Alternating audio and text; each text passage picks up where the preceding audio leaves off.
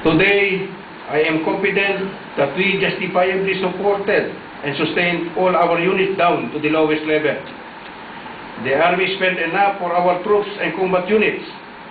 As resource management manager, we saw to it that all our resources are properly managed and disposed of for what it is intended, not just efficiently, but also effectively.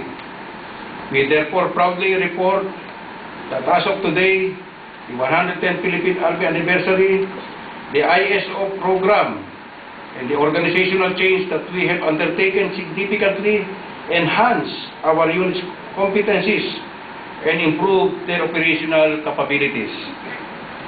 We remain determined because many peace and freedom-loving citizens have shown their endearing support and appreciation for our endless effort to safeguard our sovereignty.